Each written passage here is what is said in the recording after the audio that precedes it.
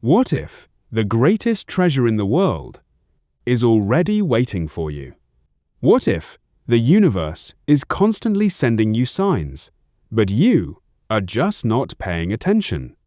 Do you have the courage to leave everything behind and follow your dreams? Welcome back to BookFluency. Here, we help you master your English listening skills while exploring the most powerful ideas from the world's greatest books. Today, we are going on a magical journey. We are exploring the famous story of The Alchemist by Paulo Coelho. This beautiful story will teach you how to listen to your heart. Let's begin the journey. The Boy and His Dream.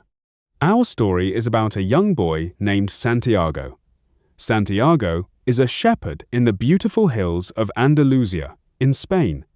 He loves his sheep and he loves to travel. He is happy with his simple life. But recently, Santiago has been having a strange dream. He has the exact same dream twice. In the dream, a child tells him that if he travels to the Egyptian pyramids, he will find a hidden treasure.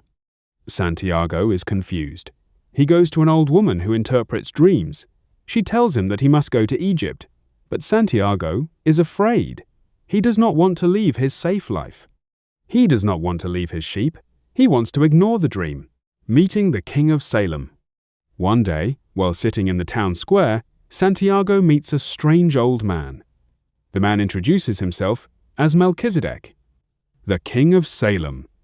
The old man seems to know everything about Santiago. He knows about his sheep, and he knows about his hidden dream. The king teaches Santiago a very important concept. It is called the personal legend. Your personal legend is what you have always wanted to accomplish. When you are young, you know what your personal legend is. Everything is clear and everything is possible. But as time passes, people start to believe that it is impossible to achieve their dreams. The old king tells Santiago a powerful truth. When you want something, all the universe conspires in helping you to achieve it. He gives Santiago two magical stones, Urim and Thummim, to help him read the signs or omens along the way. Inspired, Santiago sells his sheep and takes a boat to Africa. The setback in Africa. Santiago arrives in a city called Tangier in Africa. He is excited, but he does not speak the language. On his very first day, he trusts the wrong person, and a thief steals all of his money. Santiago is left with nothing. He is completely alone in a strange country. He cries and wants to give up. He wants to go back to Spain and be a shepherd again. But then, he remembers the words of the old king. He decides to look at his situation differently. He is not a poor victim. He is an adventurer, looking for his treasure. To survive, Santiago finds a job working for a crystal merchant. The merchant is a good man, but he is afraid of change. He has dreamed of going to Mecca his whole life, but he never goes because he is afraid of the unknown. Santiago learns a big lesson here. Fear is a bigger obstacle than the problem itself. Santiago works hard for almost a year, makes the crystal shop very successful, and saves enough money to continue his journey. The desert and the oasis. Santiago joins a large caravan traveling across the Great Sahara Desert. The desert is huge, silent, and dangerous. During this journey, he meets an Englishman who is studying to become an alchemist. An alchemist is someone who can turn lead into gold. The Englishman reads many books, but Santiago learns by observing the desert. He learns to listen to the soul of the world.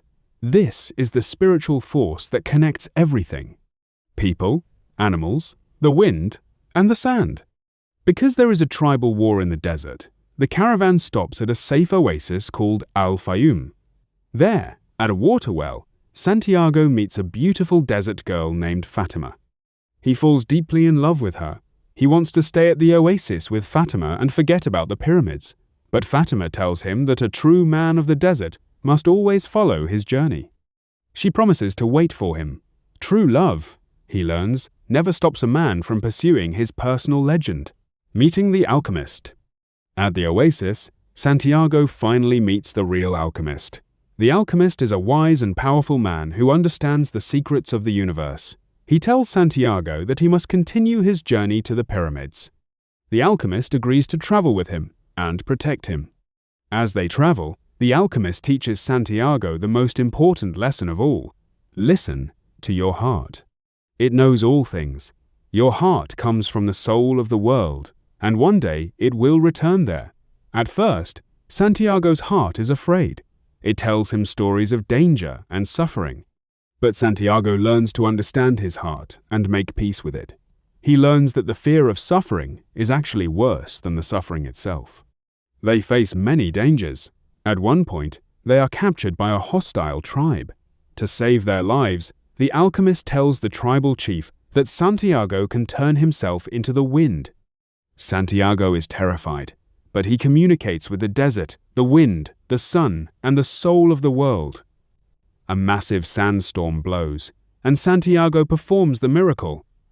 The tribe lets them go. The final discovery. Finally, after a long and difficult journey, Santiago reaches the Egyptian pyramids. They are beautiful and majestic under the moonlight. He falls to his knees and starts digging in the sand, looking for his treasure. Suddenly, a group of thieves attacks him. They beat him up and steal the small piece of gold the alchemist had given him. The leader of the thieves asks Santiago why he is digging in the sand. Santiago tells him about his dream of a hidden treasure. The leader laughs at him. He says, "You are a fool. I also had a recurring dream right on this very spot.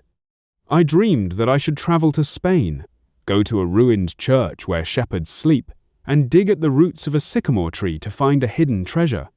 But I am not stupid enough to cross a desert just because of a dream." The thieves leave Santiago alone in the sand.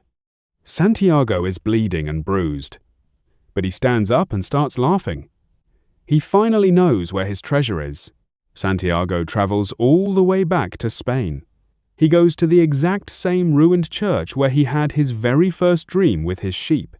He digs at the roots of the sycamore tree, and there he finds a chest full of gold, precious stones, and ancient coins. The treasure was at his home the entire time. So, why did the universe make him travel across the world? Because the true treasure was not just the gold. The true treasure was the journey itself. It was the lessons he learned, the people he met, the language of the world he understood, and the person he became. If he had never left, he would never have understood his true potential. Thank you for practicing your English listening with BookFluency today. We hope Santiago's journey inspires you to listen to your heart and follow your own personal legend. If you enjoyed this beautiful story, please like this video and subscribe to our channel. See you in the next video. And remember, the universe is always guiding you.